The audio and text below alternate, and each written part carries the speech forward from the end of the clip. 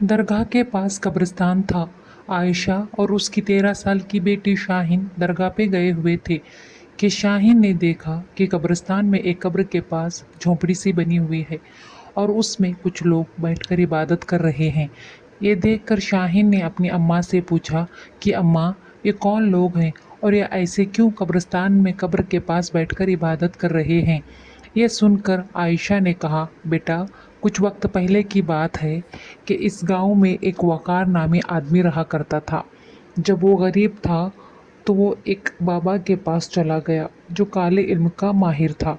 वहाँ एक औरत आई हुई थी जो बाबा को अपने शोहर के बारे में बता रही थी कि उसका शोहर कैसे उस पर जुल्म करता है। तो ये वकार पीछे बैठे उस बाबा और औरत की सारी बातें सुन रहा था। औरत की ये बातें सुनकर बाबा ने कहा, एक रास्ता है, लेकिन ये गुनाह वाला रास्ता है, तुझको गुनाह करना पड़ेगा। क्या तुम गुनाह करने के लिए तैयार हो? उसने हामी भर ली, कहा मैं करूँगी। बाबा ने कहा, पहले सुन तो ले, करना क्या है, फिर फैसला करना। बाबा ने कहा, एक लाल रंग की सुपारी ले लेना और उसमें सुई से सुराख कर लेना। फिर जब महीने के तेरे दिन आएंगे, उस खून को डिब्बे में लेकर उस सुपारी को 7 दिन तक उसमें रख देना। 7 दिन बाद उसको निकाल कर मैं एक मंत्र बताऊंगा, उस पर पढ़ लेना और पीस कर अपने शोहर को खिला देना। तेरा काम हो जाएगा। ये बातें सुनकर वकार ने कहा, बाबा, मेरी भी मदद कीजिए। मैं गरीब हूँ, जल्द अमीर होना चाहता हूँ, सारी दुनिया को मुट्ठी में करना चाहता हूँ। तो बाबा ने कहा, मेरे पास अमल तो है, लेकिन जैसा कि तुम कह रहे हो कि दुनिया को मुट्ठी में करना आसान नहीं, उसी तरह ये अमल भी आसान नहीं है।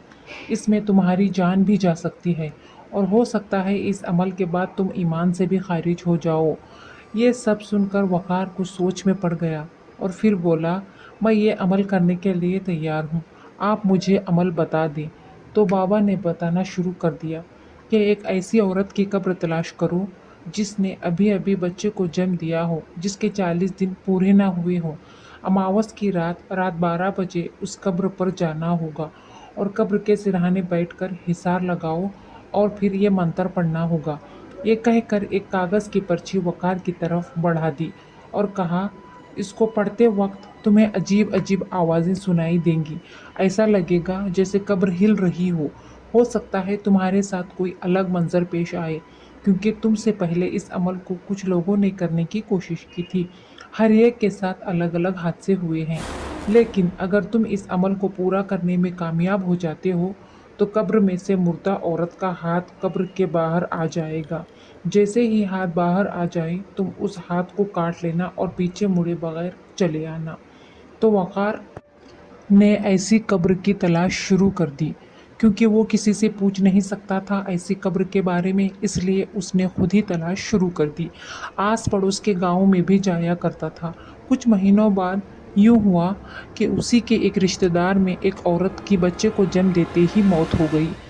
वो उस जनाजे के पीछे पीछे चला गया और औरत को दफनाने के बाद चुपके से उस कब्र पर निशान लगाकर आ गया। वकार ने अमल का सारा सामान पहले ही लेकर रख चुका था। जैसे ही अमावस की रात आई, वो घर में बहाना बनाकर के रात में कब्रिस्तान की तरफ चला गया। वहाँ जाकर उस औरत की कब्र के पास जाकर बैठ गया, हिसार लगाया और जैसा बाबा ने बताया अमल पढ़ना शुरू कर दिया। पहले पहले तो कुछ भी महसूस नहीं हुआ। जैसे जैसे वो पढ़ता गया, आधे घंटे के बाद कुछ रोने की आवाज़ें सुनाई देने लगी। धीरे धीरे वो आवाज़ें बढ़ती गई। वकार डर को जैसे तैसे काबू में करके अपने अमल को जारी रखा। आवाज़ें थमने लगी। जैसे ही आवाज़ें थमने लगी, अचानक से 2 सर कटे हुए आदमी वकार की दोनों तरफ आकर खड़े हो गए। वकार अब बहुत खौफज़दा हो चुका था, लेकिन फिर भी वो अमल को पढ़ता रहा। लेकिन हुआ यूँ, मंत्र को पढ़ते वक्त डर के मारे जो मंत्र था उसके अल्फाज उसने गलत पढ़ लिए। जैसे ही मंत्र गलत पढ़ा, वैसे ही कब्र से इतनी खतरनाक आवाज़ आई कि वकार की वहीं पर मौत हो गई।